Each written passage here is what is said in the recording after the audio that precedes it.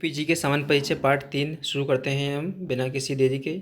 सर्वाधिक राज्यों की सीमा को स्पर्श करने वाला जनपद कौन सा है? सोनभद्र। और ये 4 राज्यों को छूता है, मध्य प्रदेश, छत्तीसगढ़ और झारखंड और बिहार। ठीक है। और वहीं सहारनपुर 3 राज्यों को छूता है, जिसमें हिमाचल प्रदेश को छूता है, उत्तराखंड को छूता है और हरियाणा को छूता है। तो ये आपको सोनभद्र एटलीस्ट याद रखना है। सबसे बड़ा शहरी क्षेत्र वाला जनपद कौन सा है? लखनऊ है। और लेकिन अगर हम क्षेत्रफल में बात कर रहे हैं लखनऊ है, लेकिन जनसंख्या में हम बात करें तो गाज़ियाबाद है। ठीक है। गाज़ियाबाद जनसंख्या में सबसे बड़ा शहर है और क्षेत्रफल में कौन सा? लखनऊ है। और दोनों में सबसे कम कौन सा? श्रावस्ती है। ठीक है, ऐसे पॉइंट याद करना है। हम देखें अनुच्छेद 162 के तहत किसकी व्यवस्था की गई है? कहा गया है कि राज्यपाल होगा और विधानसभा और विधान परिषद से मिलकर क्या होगा? विधानमंडल का गठन होगा।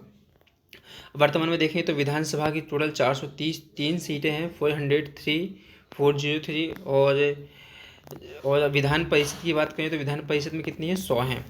अनुच्छेद 170 के तहत विधानसभा की संरचना के बारे में बताया गया है, ये इम्पोर्टेंट है। विधानसभा की 403 सीटों में से लगभग 84 सीट एससी कैटेगरी को दी गई हैं और वहीं 2 सीटें एसटी कैटेगरी को दी गई हैं, यानी टोटल 86 सीटें पर आरक्षण है। और वहीं 332 अनुच्छेद के तहत कहा गया है कि राज्य विधानसभा में एससी व एसटी के सीट के आरक्षण का प्रावधान है, जिसके तहत 84 और 2 सीटें हम लोगों ने दी हैं। उत्तर प्रदेश में सर्वाधिक विधानसभा सीटों वाला जनपद कौन सा है? प्रयागराज है 12 सीटों के साथ। उसके बाद आजमगढ़ और कानपुर 10 सीटों के साथ। सबसे कम हैं हमीरपुर, श्रावस्ती, महोबा, चित्रकूट और ललितपुर। ठीक है, तो ये याद रखने हैं। कितने? 5 जिले ऐसे हैं जिनकी सीटें 2 से कम हैं। अब आगे देखें 15वीं, 16वीं और 17वीं, 18वीं विधानसभा में महिला सदस्यों की संख्या। ये इम्पोर्टेंट नहीं है, लेकिन लास्ट का आप जो याद रखें कि अभी 2000 जो 18वीं विधानसभा थी उसमें जो महिलाओं की संख्या थी 47 थी, 47 थी। विधान परिषद की संख्या 100 है। और उत्तर प्रदेश में विधान परिषद का गठन 1937 में हुआ था। उत्तर प्रदेश में लोकसभा सीटों की संख्या 80 है। ठीक है, जिसमें से 17 पर एससी है और एसटी को कोई आरक्षण नहीं है, यानी लोकसभा सीटों में 17 पर ही आरक्षण दिया गया है। उत्तर प्रदेश में राज्यसभा की सीटों की संख्या कितनी है? 31 है। तो ये छोटे छोटे पॉइंट हैं जो कभी कभी पूछ लेते हैं। स्वतंत्रता के बाद अब तक विधानसभा की जो एकमात्र बैठक हुई थी वो कहाँ पर हुई थी? प्रयागराज में हुई थी। ठीक है, और विधानसभा के जो प्रथम अध्यक्ष थे वो राजश्री पुरुषोत्तम दास टंडन थे, है ना। और वर्तमान अध्यक्ष कौन? सतीश महाना। ये 2023 का डाटा है, तो आप लोग इसको चेंज कर सकते हैं, देख लें अपडेट में। और 3 बार विधानसभा के अध्यक्ष कौन बने? तो ये 2 लोग हैं, श्री आत्माराम गोविंद खैर और श्री केसरीनाथ त्रिपाठी। ये 2-3 बार बने हैं, तो इनके नाम आप याद रख सकते हैं। आगे देखें विधानसभा अध्यक्ष जो बाद में उत्तर प्रदेश के मुख्यमंत्री बने हैं, बहुत अच्छी बात है। तो जो वो हैं श्री बनारसी दास और श्रीपति मिश्रा। तो बनारसी दास और श्रीपति मिश्रा ऐसे हैं जो आगे चल के मुख्यमंत्री का पद भी इन्होंने संभाला। उत्तर प्रदेश के प्रथम मुख्यमंत्री की बात कर लेते हैं, तो उनका नाम था गोविंद बल्लभ पंत और उन्होंने 1950 से 1952 तक पद संभाला। आर्टिकल 164 के तहत मुख्यमंत्री की नियुक्ति व अन्य मंत्रियों की नियुक्ति की जाती है। वर्तमान जानते हैं आप योगी जी हैं और इनका जो क्रम है वो 21वां क्रम है। ठीक है, ध्यान रखना।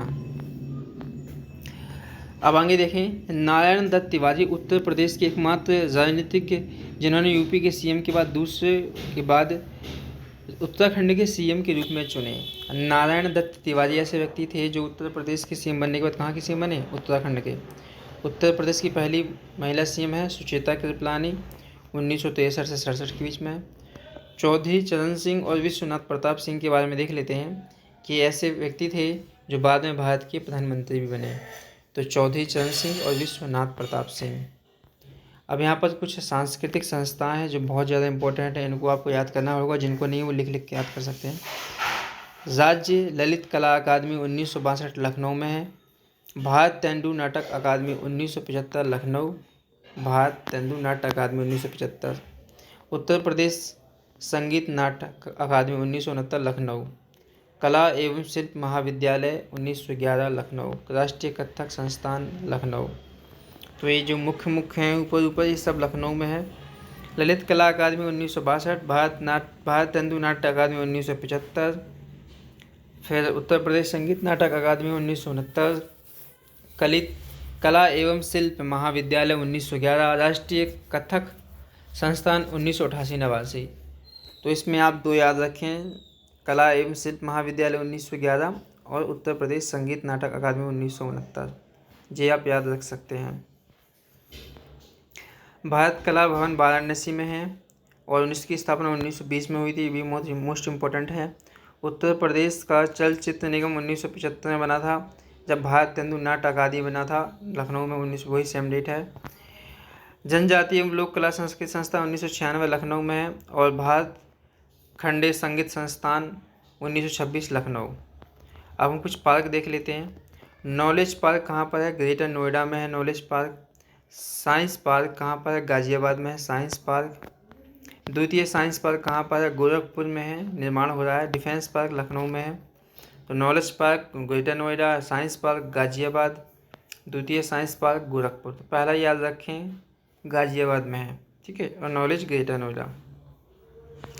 डिफेंस पार्क 3 जगह है, लखनऊ, कानपुर और झांसी। लेदर पार्क आपका आगरा में है, पड़ता है। टेक्सटाइल पार्क है आपका कानपुर में, टेक्सटाइल पार्क कानपुर में है और लेदर पार्क आगरा में है। Agro expo mart and centre Noida में है।